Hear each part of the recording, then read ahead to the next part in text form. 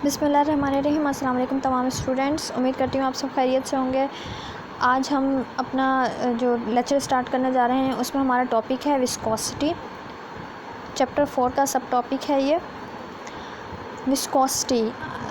जैसा कि विस्कोसिटी का मतलब है, हम कहते हैं कि अगर कोई भी चीज़ गाढ़ी होती है तो हम कहते हैं ये बहुत विस्कस है। तो विस्कस लफ्ज़ से ही विस्कोसिटी निकला है। मीन्स कि चीज़ का कितना गाढ़ापन है या उसे फ़्लो करने में कितना जो है रेजिस्टेंस का सामना करना पड़ रहा है, इसको हम विस्कोसिटी कहते हैं। गाढ़ेपन को, किसी भी चीज़ की गाढ़ेपन को हम विस्कोसिटी कहते हैं। ओके, तो आज के लेक्चर में हम इसी के बारे में पढ़ेंगे। What is viscosity, measurement of the viscosity, Ostwald viscometer, factors affecting on viscosity के बारे में हम डिस्कस करेंगे, ये कैसे होता है। हमारी डेली लाइफ के अंदर आपने देखा होगा कि viscosity in our daily life में बहुत अहम किरदार है इसका। आपने कभी केचप की बोतल से केचप निकालने की कोशिश की हो और वो ना निकल रही हो, हमें बहुत ज़्यादा टैप करना पड़ता है बोतल को, देन वो उसमें से केचप निकल रही है। तो जो शीशे की बोतल्स आती हैं, मैं उनकी बात कर रही हूँ। शीशे की बोतल्स में जो केचप होती है नहायत थिक किस्म की केचप होती है और वो उसकी बोतल की वॉल्व्स जो होती है, बोतल्स की जो दीवारें होती हैं उससे काफ़ी अट्रैक्ट किए हुए होती है, इसलिए उसको निकलने में बहुत टाइम लगता है और हमें काफ़ी दफ़ा उसे जो है नीचे की तरफ झटका देना पड़ता है, उसके बाद वो फ़्लो करके नीचे आती है। इसी तरह शहद की बोतल से जब हम शहद निकाल रहे होते हैं तो काफ़ी देर बाद वो फ़्लो करके फिर वो बोतल से बाहर की तरफ आता है। इसी तरह हम जब पेस्ट यूज़ करते हैं तो वो एक थिक किस्म का पेस्ट की जो कंसिस्टेंसी होती है वो थिक होती है, जबकि ऑइंटमेंट की इतनी थिक नहीं होती। हम जो क्रीम्स यूज़ कर रहे होते हैं, हमने पढ़ा था ना, क्रीम, पेस्ट, लोशंस, ये सब चीज़ों के बारे में हम पढ़ चुके हैं। तो हमने ये भी पढ़ा था कि जो है क्रीम्स जो हैं as compare to ointment less viscous होती हैं या ऑइंटमेंट ज़्यादा विस्कस होती हैं। तो उनके कहने का मतलब यही था कि उनकी फ्लोइंग जो प्रॉपर्टी होती है, जब हम ट्यूब में से उसको निकाल रहे होते हैं, जार में से उसको निकाल रहे होते हैं, तो उनकी जो फ्लोइंग प्रॉपर्टी होती है वो एक दूसरे से मुख्तलिफ होती है। जिसकी ज़्यादा फ्लोइंग प्रॉपर्टी होगी, जो इजीली बह सकता होगा, उसे अमूमन हम कम विस्कस कंसीडर कर रहे होते हैं। इसी तरह बहुत सी चीज़ें हैं, लाइक हम जो पेंट्स होते हैं, जो कलर्ड पेंट्स होते हैं, अमूमन वॉल्स पे करते हैं, अपने घरों में करते हैं, उस वक्त विस्कोसिटी के बारे में ये फैक्टर जो है ध्यान रखा जाता है कि उनका अगर बहुत ज़्यादा विस्कस होंगे तो वो दीवारों के ऊपर सही तरह नहीं फैल पाते, या फिर जो है वो जो जिस डब्बे में पैक होकर आते हैं वो उसी के अंदर बहुत जल्दी से उसकी वॉल्स के साथ एडहर हो जाते हैं और ड्राई हो जाते हैं। इसी तरह हम बहुत सारी चीज़ें रोज़मर्रा में इस्तेमाल कर रहे होते हैं, लाइक हम लोग जो हैं अगर वाटर एंड हनी का डिफरेंस देख रहे होते हैं कि वाटर इजीली फ़्लो कर जाता है, जबकि हनी जो है शहद जो है बहुत देर से फ़्लो करता है। इसी तरह हम कुछ चीज़ें जो चिपकाने के लिए इस्तेमाल करते हैं, एडहेसिव मटेरियल्स जो हम इस्तेमाल कर रहे होते हैं, लाइक ग्लू जो होता है, या हम जो एल्फ़ी यूज़ करते हैं, वो आसानी से किसी भी सतह के ऊपर जिसको हम चिपका रहे होते हैं उस पर फैल जाती है, जबकि समथ बॉन्ड बहुत ज़्यादा विस्कोसिटी होती है उसके अंदर। समथ बॉन्ड में उसको सतह के ऊपर फैलाना बहुत मुश्किल होता है। तो उनकी अपनी अपनी एप्लीकेशन से उसके हिसाब से उनकी विस्कोसिटी रखी जाती है। काम दोनों का चिपकाना है, समथ बॉन्ड का भी एंड एल्फ़ी का भी, लेकिन उनकी देखें विस्कोसिटी में फ़र्क रखा जाता है उनकी एप्लीकेशन के हिसाब से। इसी तरह हमारी डेली लाइफ में और बहुत सारी चीज़ें हैं जिसमें जो विस्कोसिटी की बेसिस पे हम उसके उन अप्लाई कर रहे होते हैं। तो we come across many examples of viscosity in our lives daily life, such as texture of paints and oils, choice of lubricants for machines, contents of fat in milk. ये सारी जो है चीज़ों में हमें विस्कोसिटी का किरदार अदा नज़र आ रहा होता है कि आप जब लुब्रिकेंट इस्तेमाल कर रहे होते हैं किसी भी मशीन पर उसे ग्रीस करने के लिए या उसकी फ्रैक्शन को कम करने के लिए, वहाँ पे भी हम देखते हैं कि उसमें विस्कोसिटी का फैक्टर कितना इम्पॉर्टेंट है।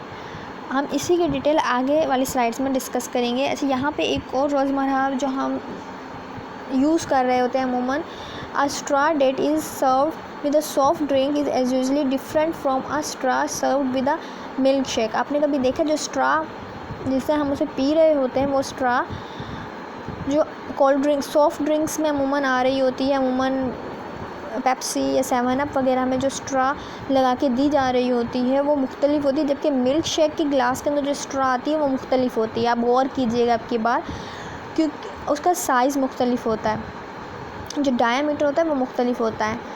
अब explain how and why the straw are different. इनकी स्ट्रॉ डिफरेंट क्यों होती हैं। जो कोल्ड ड्रिंक पीने के लिए हम इस्तेमाल कर रहे होते हैं स्ट्रॉ, उसका डायामीटर डिफरेंट होता है, वो अमूमन बारीक होती है, जबकि जो हम मिल्क शेक पीने के लिए इस्तेमाल करते हैं या जो हमें होटल्स में मार्केट्स में दी जाती हैं मिल्क शेक के साथ स्ट्रॉ हमें मिलती हैं, वो उनका डायमीटर बड़ा होता है। ऐसा क्यों होता है? विस्कोसिटी ही की वजह से होता है। A straw that is served with a milk shake has a larger diameter than the one served with a soft drink.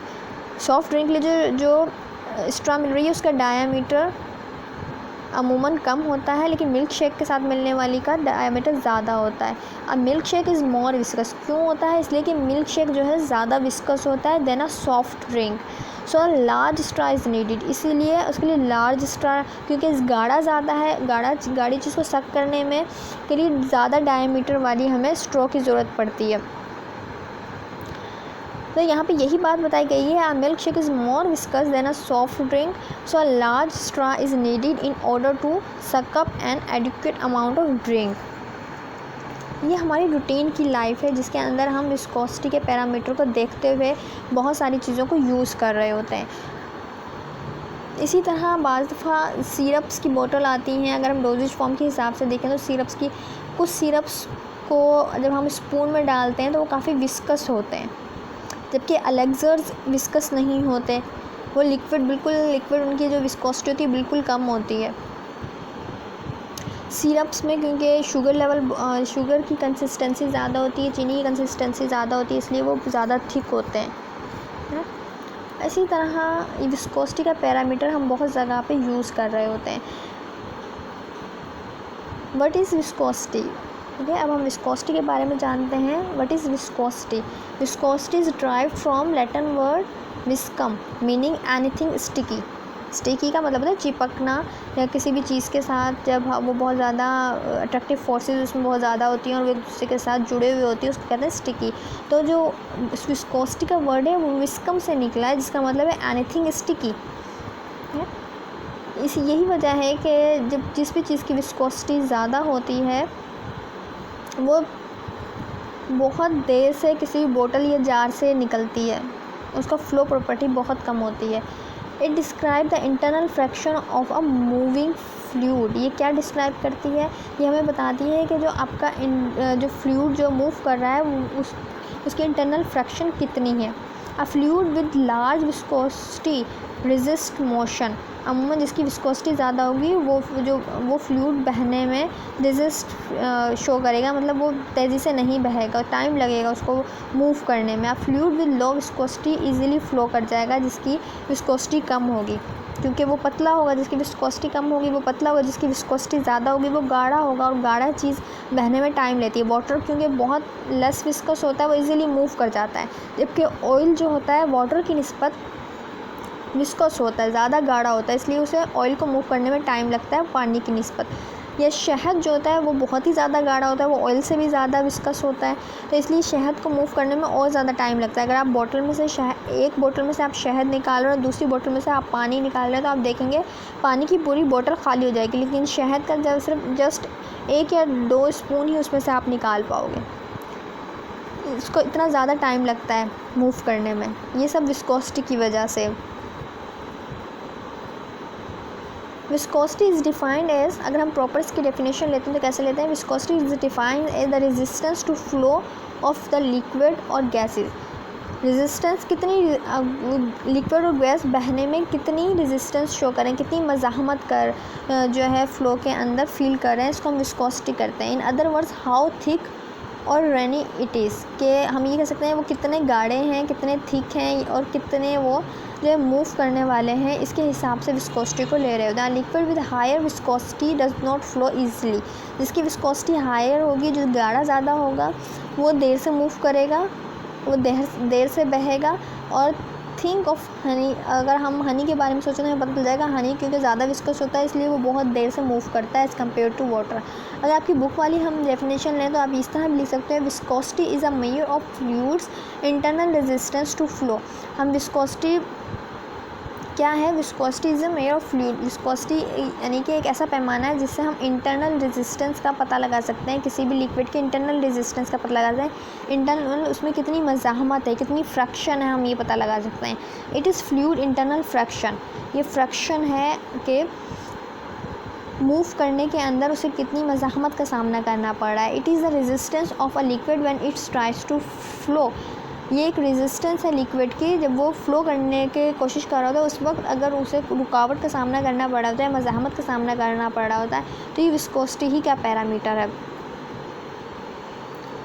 Then a fluid with low viscosity flow easily as compare to fluid with higher viscosity. जैसा मैंने पहले बताया कि लो viscous जो कम गाढ़े होते हैं वो इजीली मूव कर जाते हैं, जबकि जो ज़्यादा गाढ़ी चीज़ होती है वो देर से मूव करती है क्योंकि उसकी विस्कोसिटी हाई होती है। यहाँ पे देखिए तस्वीर में हाई विस्कोसिटी वाली चीज़ को अगर आप ड्रॉप बाय ड्रॉप गिराएंगे तो वो देर से जो है उसका जार खाली होगा, जबकि लो विस्कोसिटी वाले का ड्रॉप्स आप गिराना शुरू करेंगे तो वो जल्दी से जार खाली हो जाएगा उसका, क्योंकि वो उसकी में फ़्लोइंग प्रॉपर्टी ज़्यादा है, लो विस्कोसिटी वाली में फ़्लोइंग प्रॉपर्टी ज़्यादा है।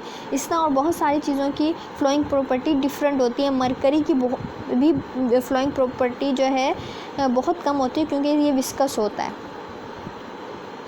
And ethanol, water, trichloro methane, benzene, ये सबकी फ़्लोइंग प्रॉपर्टी के हिसाब से यहाँ पे इनको दिखाया गया है कि यहाँ पर इनकी सबकी विस्कोसिटी डिफरेंट है, इसलिए इनकी फ़्लोइंग प्रॉपर्टी भी डिफरेंट है। Honey has low flow rate as compare to water, so honey is more viscous than water, ये हमने एक्सप्लेन कर दिया है। आप ये देखिए फ़्लोइंग प्रॉपर्टी दिखाई गई है, एरोस से भी दिखाई गई है। अमूमन मैं इसको आगे समझाती हूँ आपको आगे वाली स्लाइड में। ये देखें एरोस दिखाए गए हैं इस स्लाइड के अंदर। यहाँ पर क्या होगा, जो सबसे लास्ट में है जिसका एरो सबसे छोटा है इसकी रेजिस्टेंस सबसे ज़्यादा है, मीन्स ये सबसे ज़्यादा विस्कस है लेयर होगी, इसमें इसकी रेजिस्टेंस सबसे ज़्यादा होगी, जबकि जो उससे ऊपर वाली है उसकी इसकी निस्बत कम रेजिस्टेंस है। देन सबसे ऊपर वाला जो एरो, सबसे बड़ा जो एरो है, इसका मतलब है कि उसमें रेजिस्टेंस सबसे ही कम है, वो इजीली फ़्लो कर सकता है, उसकी विस्कोसिटी रेंज जो है सबसे कम है।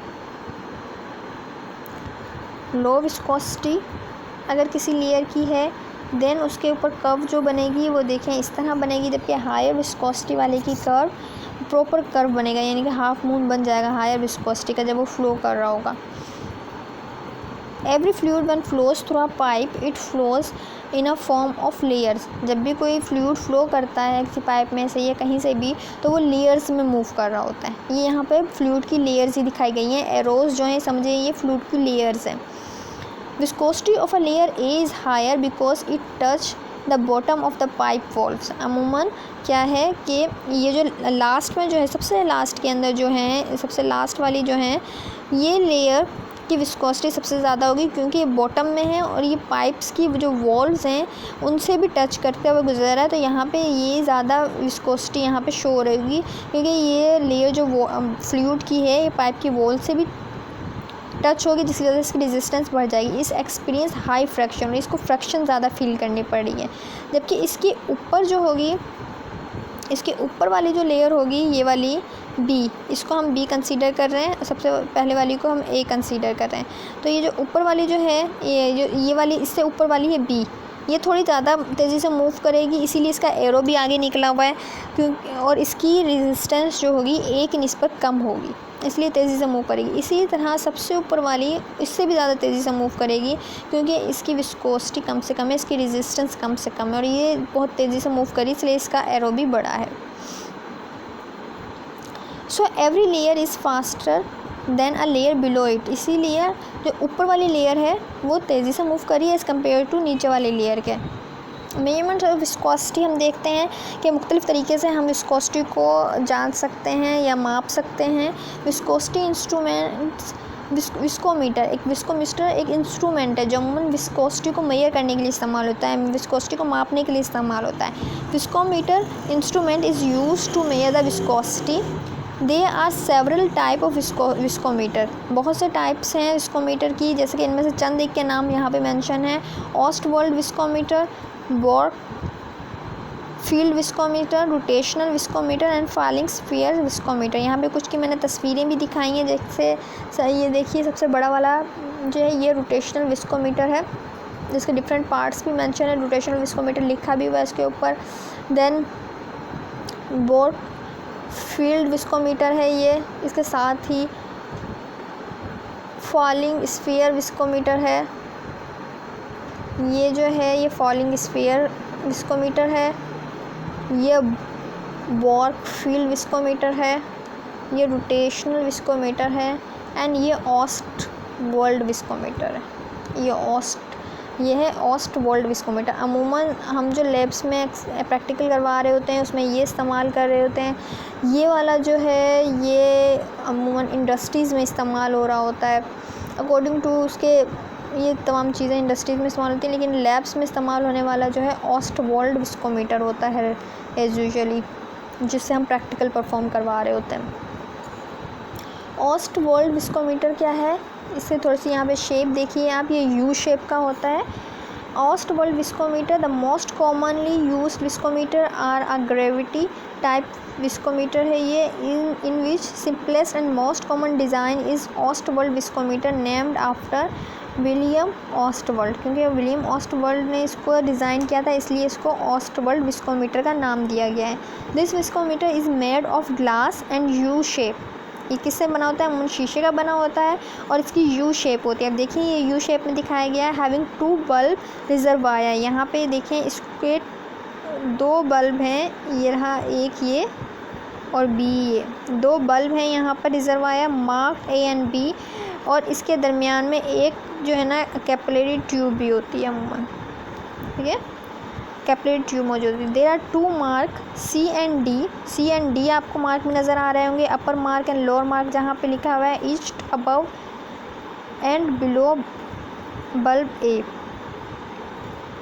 ठीक है। एक जो है ए बल्ब के ऊपर लिखा हुआ है सी, अपर मार्क है ये, और एक नीचे लिखा हुआ है, इसको लोअर मार्क कहते हैं, ये डी से जाहिर किया गया। Liquid is added in a lower reservoir B, liquid जो है कहाँ से ऐड किया जाएगा, यहाँ पर लिक्विड ऐड किया गया यहाँ से, ठीक है, यहाँ से लिक्विड ऐड किया गया है। Liquid is added in a lower reservoir B and pulled up by the suction into a upper reservoir up to the mark C, और यहाँ तक सी मार्क तक, ये जो सी मार्क है यहाँ तक इसको हमने करना है। It is then allowed to drain by gravity back into the reservoir B, और फिर जो है ग्रेविटी की वजह से ये बी रिजर्वायर तक जो है हमें ड्रेन करना होता है इसे। The time taken by the liquid to drain from point C to D, अब देखना ये सी से डी तक कितने टाइम में आता है। And coefficient of viscosity is calculated by the using formula, ये फार्मूले की मदद से हम इसको मालूम कर लेते हैं। यहाँ पे देखिए आप, ये है suction pulls fluid starting mark, ठीक है, और ये स्टार्टिंग मार्क हो गया जैसा हमने पीछे पढ़ा था, और ये स्टॉप मार्क है, ठीक है, ये स्टॉप मार्क है। अब यहाँ पे जब वो पहुँचेगा तो हम उसको मालूम कर लेंगे टाइम ड्यूरेशन, ये कितनी देर में यहाँ तक पहुँच रहा है। और यहाँ पे ये देखें, ये कैपिलरी, ये वाला पोर्शन जो है कैपिलरी सेक्शन है, आपके पास स्टॉप वॉच मौजूद होगी, जितनी देर में ये डिस्टेंस कवर करेगा इसका टाइम पीरियड नोट कर लिया जाएगा। देन हम जो है इस फॉर्मूले के तहत वैल्यूज़ डालेंगे इसके अंदर और जो है विस्कोसिटी निकाल लेंगे। जैसे कि यहाँ पे बताया गया है कि ईटा डब्ल्यू जाहिर कर रहा है विस्कोसिटी ऑफ वाटर को, ईटा गैमा जो जाहिर कर रहा है विस्कोसिटी ऑफ टेस्ट लिक्विड जो भी इस्तेमाल किया है, डी डब्ल्यू जाहिर करेगा डेंसिटी ऑफ वाटर को, डी वाई जो है जाहिर करेगा जो है डेंसिटी ऑफ टेस्टेड लिक्विड को, जिसका हमने मालूम करना है टेस्टेड लिक्विड जो यूज़ कर रहे हैं। इसी तरह T W timing of run of water को जाहिर करता है, जबकि टी गैमा जो है जाहिर करता है timing of run of tested liquid को। यूनिट क्या होता है, poise, centipoise and millipoise कहा जाता है। इसके अलावा आपकी बुक के अंदर कुछ और यूनिट्स भी दिए गए हैं, वो भी आप देख लीजिएगा, जैसे कि किलोग्राम पर मीटर पर स्क्वायर सेंटीमीटर। डिफरेंट किस्म के स्केल्स के हिसाब से डिफरेंट किस्म के यूनिट्स दिए जाते हैं।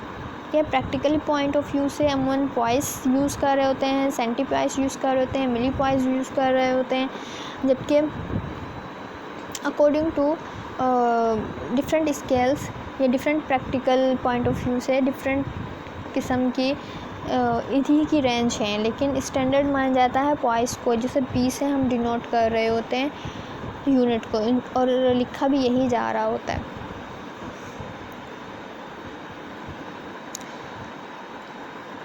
यहाँ पे है फैक्टर इफेक्टिंग द विस्कोसिटी। वो कौन से फैक्टर हैं जो कि विस्कोसिटी पे इफेक्ट अंदाज। इससे पहले मैं आपको बता दूँ कि आपकी बुक के अंदर एक टेबल बना हुआ है विस्कोसिटी ऑफ सम लिक्विड्स का, वो भी आप लोगों ने साथ में ड्रा करना है। उसमें बताया गया है सिंपल कि वाटर की विस्कोसिटी कितनी होती है, 0.0101 लिखा हुआ है। जैसे कि आपकी बुकलेट में इथानॉल का लिखा हुआ है, इथाइल अल्कोहल का, ग्लाइसरीन की विस्कोसिटी लिखी हुई है रेंज। तो आप वो विस्कोसिटी की जो रेंज है वो लेक्चर नोटबुक में ड्रा करेंगे, टेबल बनाएंगे। टेबल ड्रॉ करने के बाद उसके अंदर उन वैल्यूज़ को लिखेंगे, वाटर की, इथानॉल की एंड ग्लाइसरीन की। ठीक है, इसके बाद हम फैक्टर्स देखते हैं। जिस तरह हमने सरफेस टेंशन के फैक्टर्स देखे थे, वही फैक्टर्स इस पे भी इफ़ेक्ट करते हैं, विस्कोसिटी पे भी इफ़ेक्ट कर रहे होते हैं। जिस तरह टेम्परेचर हमने कहा था कि टेम्परेचर इंक्रीज़ कर दिया जाए तो विस्कोसिटी कम हो जाती है, इसी तरह सरफेस टेंशन कम हो जाती है। हमने लास्ट लेक्चर में पढ़ा था कि टेम्परेचर इंक्रीज़ कर दिया जाए। यही होता है जब हम विस्कोसिटी का माप रहे होते हैं और अगर उसमें टेम्परेचर इंक्रीज़ कर दिया जाए तो विस्कोसिटी कम हो जाती है। उसकी वजह यही है जो मैंने कल बताई थी कि जो टेम्परेचर इंक्रीज़ करने की वजह से मॉलिक्यूल्स एक्साइट हो जाते हैं और उनके दरमियान में स्पेस आ जाता है और एक दूसरे से जो उनकी बॉन्डिंग फोर्सेस होती है वो कम पड़ जाती है, जिसकी वजह से उसकी विस्कोसिटी या सरफेस टेंशन कम हो जाती है। तो आपकी जैसे बुक में लिखा है viscosity decrease with the increase in temperature and increase with the decrease in temperature. तो ये एक दूसरे के इन्वर्सली प्रोपोर्शनल होगी। साइज़ ऑफ मॉलिक्यूल्स भी इफ़ेक्ट कर रहे होते हैं विस्कोसिटी के ऊपर। यहाँ पे देखें टेम्परेचर का तस्वीर भी दिखाई गई है। कोल्ड जो होता है, आपने देखा होगा जब चीज़ जब ठंडी होती है तो वो देर से किसी भी बोतल के अंदर कोई भी आप लिक्विड भर के रखें, अगर आप कुछ सिरप भर के रखते हैं और उसे फ्रिज में रख देते हैं, देन उसे आप बोतल को में से निकालते हैं तो वो देर से मूव करता है। अगर वही सिरप आपने बाहर रखा हुआ है और फिर आप उसे बोतल में से निकालने की कोशिश करते हैं, वो जल्दी से मूव करके बाहर निकल आता है। तो ठंडी चीज़ अमूमन देर से मूव कर रही होती है, वो भी इसी वजह से विस्कोसिटी बढ़ जाती है। जब टेम्परेचर कम होता है तो विस्कोसिटी बढ़ जाती है। जैसे जैसे टेम्परेचर इंक्रीज़ होता जाएगा विस्कोसिटी कम होती जाएगी। जब बहुत ज़्यादा गर्म चीज़ जो होगी वो अमूमन तेज़ी से फ़्लो कर जाती है। यही वजह है कि हम बहुत सी चीज़ें जब बोतल्स में जम जाती हैं, शीशे के जार में जम जाती है, तो हम उसे धूप में रख देते हैं ताकि वो जल्दी से फ़्लो करके बोतल से बाहर निकल आए।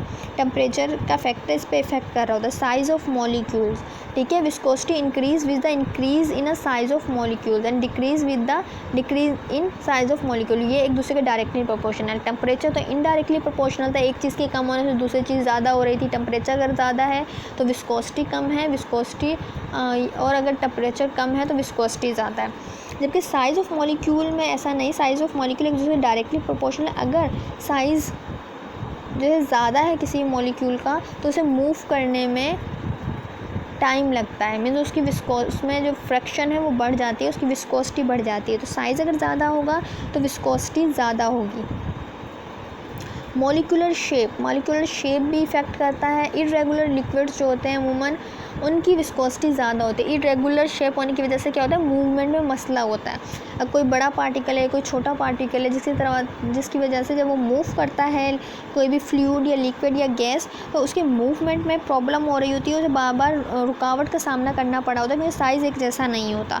तो पार्टिकल साइज़ भी डायरेक्टली प्रोपोर्शनल होगा। अगर पार्टिकल साइज़ इरेगुलर है तो विस्कोसिटी आपकी ज़्यादा होगी, आपकी फ्लूइड की विस्कोसिटी ज़्यादा होगी। मोर रेगुलर लिक्विड्स मॉलिक्यूलर शेप अमूमन जो है लेस विस्कस होते हैं। जो रेगुलर शेप के मॉलिक्यूल्स होते हैं किसी भी लिक्विड में वो लेस विस्कस होते हैं, लेकिन इरेगुलर शेप के मॉलिक्यूल्स अगर होंगे तो वो ज़्यादा विस्कस होंगे। जैसे यहाँ तस्वीर में दिखाए हैं, कोई पार्टिकल बड़ा है, कोई छोटा है। इस वक्त जो है यहाँ पे इसको विस्कोसिटीज़ का और फ्लो करते हुए मज़ाहमत का ज़्यादा सामना करना पड़ेगा। Adhesive forces and cohesive forces, कल में हमने जैसे पढ़ा था, adhesive forces and cohesive forces भी इस पे विस्कोसिटी पे इफ़ेक्ट करती हैं। और जैसे कि सरफेस टेंशन पे इफ़ेक्ट कर रही थी adhesive forces and cohesive forces. Adhesive forces and cohesive forces जिन्होंने प्रीवियस लेक्चर लिए उन्हें बहुत अच्छे से क्लियर होगा कि दोनों में क्या डिफरेंस है और किस तरह ये जो है ना दूसरी चीज़ों पे इफ़ेक्ट कर रही होती हैं। मैंने सरफेस टेंशन में भी आपको इसे बहुत डिटेल में समझा दिया था। तो ये तमाम जो है फैक्टर्स हैं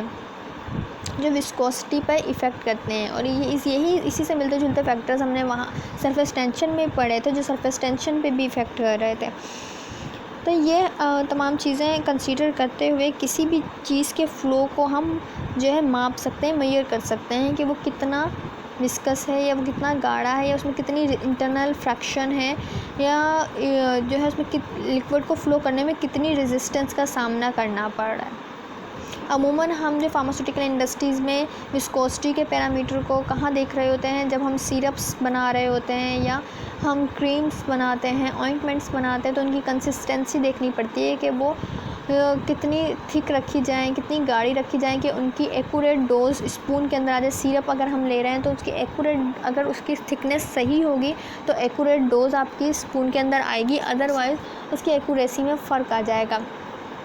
इसी तरह जब ऑइंटमेंट ट्यूब्स होती हैं या फिर पेस्ट की ट्यूब्स होती हैं, क्रीम्स की ट्यूब्स होती हैं, तो उनकी फ़्लो प्रॉपर्टी भी डिपेंड कर रही होती है विस्कोसिटी के ऊपर।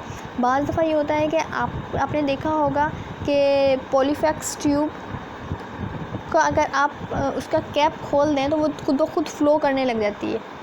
जैसे ही उसे का आप ढक्कन खोलेंगे, टेम्परेचर या थोड़ा सा ज़्यादा होगा तो वो ट्यूब से खुद ब खुद बाहर निकलने लग जाती है, क्योंकि उसकी विस्कोसिटी बहुत कम होती है। अगर उसकी विस्कोसिटी का पैरामीटर को कंट्रोल कर लिया जाए और उसमें कुछ थिकनिंग एजेंट ज़्यादा मिला दी जाए, तो क्या होगा कि वो ट्यूब से निकलने में टाइम लगाएगा। अगर ऐसी बहुत सारी चीज़ें हैं जो कि बहुत ज़्यादा थिक होती हैं और वो ट्यूब से निकलने में टाइम लगा रही होती हैं, तो इसलिए हम विस्कोसिटी का पैरामीटर देखते हैं प्रोडक्ट्स को बनाने में, डोजेज फॉर्म को बनाने में, कि उनकी फ्लोइंग प्रॉपर्टी, जो फ़्लो प्रॉपर्टी है उसको कंट्रोल करते हुए उस प्रोडक्ट को तैयार किया जाए according to demand and patient requirement. ये तमाम चीज़ें आज हम लोगों ने कर ली हैं। विस्कोसिटी का टॉपिक आज हमने कवर कर लिया है। आपके लिए एक असाइनमेंट है, write down the application of viscosity. बहुत सारी आम लाइफ में हम जहाँ विस्कोसिटी को इस्तेमाल कर रहे हैं, बहुत सारी एप्लीकेशंस मैंने वैसे ही आपको लेक्चर के दरमियान लेक्चर में बता दी हैं, लेकिन आपकी बुकलेट में भी विस्कोसिटी की एप्लीकेशंस बताई गई हैं, आप वहाँ से हेल्प ले सकते हैं, लेकिन आपने ये राइट डाउन करनी है। आपके पास 2 असाइनमेंट हैं। एक तो आप टेबल बनाएंगे, उसके ऊपर वाटर, इथेनॉल एंड ग्लाइसरीन की विस्कोसिटी लिखेंगे, आपकी बुकलेट में मेंशन है ये टेबल। सेकंड आपकी असाइनमेंट ये है कि आप एप्लीकेशन ऑफ विस्कोसिटी, मैंने लेक्चर के दरम्यान में कहीं कहीं रैंडमली वो उनका जिक्र कर दिया है, आप लेकिन इसे राइट डाउन करोगे, हेल्प ले सकते हो अपनी बुकलेट से, लेकिन जहाँ पे हमारा ये लेक्चर एंड हुआ है उसी के साथ आप जो है एप्लीकेशन ऑफ विस्कोसिटी की हेडिंग देकर इसको राइट डाउन करोगे। मैं जब क्लासेस स्टार्ट होंगी तो मैं आप लोगों का चेक करूँगी कि आप लोगों ने ये असाइनमेंट्स पूरी की हैं या नहीं की हैं। अमोन एप्लीकेशन में आप क्या लिख सकते हो, viscosity is very important factor in among preparation of syrups में यूज़ हो रही होती है विस्कोसिटी। इसी तरह ड्यूरिंग अगर सिरप्स की बोटल्स जब फिलिंग प्रोसीजर हो रहा होता है उसमें विस्कोसिटी का पैरामीटर को देखा जाता है। कुछ विस्कोसिटी इन्हांसर भी डाले जाते हैं अगर थिकनिंग हमें देनी होती है किसी को, या फ्रैक्शन या जो है फ्लोइंग प्रॉपर्टी को कंट्रोल करना होता है। लाइक ऑप्थेल्मिक जो सॉल्यूशंस होते हैं उनको थोड़ा सा थिकर किया जाता है ताकि वो जब आपके आईज़ के अंदर जाए, आपके आँख में जाएँ तो प्रोलॉन्ग इफ़ेक्ट दे सकें, वहाँ पे जाके थोड़ी देर के लिए वो स्टे करें और वहाँ पे मेडिकामेंट एब्जॉर्ब हो जाए अच्छा सा, तो वो थेरेप्यूटिकल इफ़ेक्ट को बढ़ा देते हैं। ऐसी बहुत सारी आपको एप्लीकेशंस मिल जाएंगी जब आप अपना बुक खोलोगे और उसमें देखोगे, तो वहाँ से आप राइट डाउन करोगे अपने लेक्चर नोटबुक के ऊपर। ये आपकी असाइनमेंट है, आप इसे कीजिएगा, बाकी का लेक्चर भी आप नोट डाउन कीजिएगा। जो आपको डेफिनेशन, मैंने 3-4 डेफिनेशन आपको बताई हैं विस्कोसिटी की, जो आपको ईजी लगता है आप वो याद कर लीजिएगा, उसके मुताबिक काम कर लीजिएगा।